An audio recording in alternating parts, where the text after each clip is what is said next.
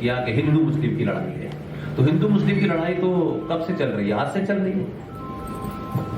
हिंदू मुस्लिम की लड़ाई क्या बनारस की वजह से हो रही है, अयोध्या की वजह से हो रही है?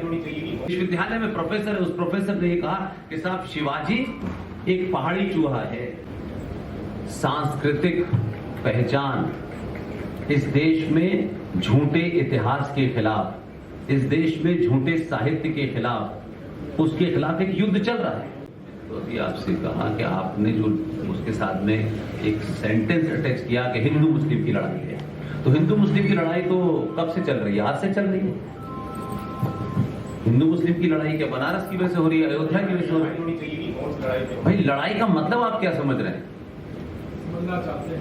मैंने ये कहा कि इस देश में सांस्कृतिक पहचान, इस देश में झूठे इतिहास के खिलाफ, इस देश में झूठे साहित्य के खिलाफ, उसके खिलाफ एक युद्ध चल रहा है।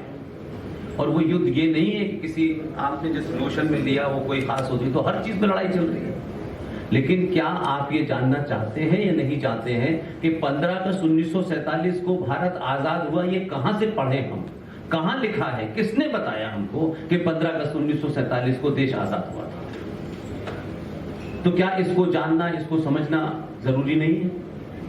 कौन देश होगा जो अपने इतिहास को नहीं जानना चाहता होगा? और कौन देश होगा जो झूठे इतिहास पे खड़े होकर के अपने ऊपर गर्व करेगा?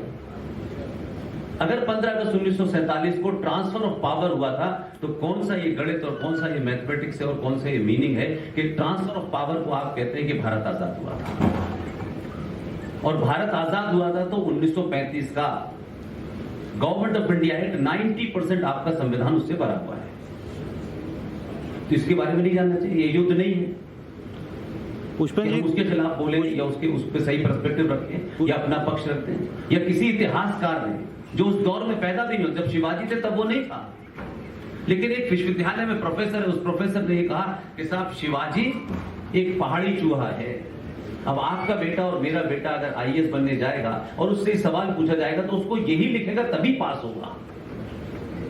जबकि सच्चाई और समाज उस इतिहासकार के अलावा ये मानता है कि शिवाजी से बड़ा कोई वॉरियर नहीं था, लेकिन उसने लिख दिया, हमको पढ़ना पड़ रहा है। तो इसके खिलाफ लड़ाई लड़नी पड़ेगी, नहीं लड़नी पड़ेगी? कब से लड़ रहे हैं लोग? 2014 से? नहीं, मैं तो 2014 की, हमसे पहले से लोग लड़ रहे हैं। आज संचार क्रांति हो गई है, इसलिए ज्यादा तेजी से लोग लड़ने वाले हैं, क्योंकि पहले आपके पास लिमिटेड चीजें थी। अखबार था, टेलीविजन था, टेलीविजन बहुत बाद में आया, और इंफॉर्मेशन कंट्रोल थी। आज इंफॉर्मेशन का डिसमिनेशन हो गया है, इसलिए हर आप अपनी बात रख सकते हैं।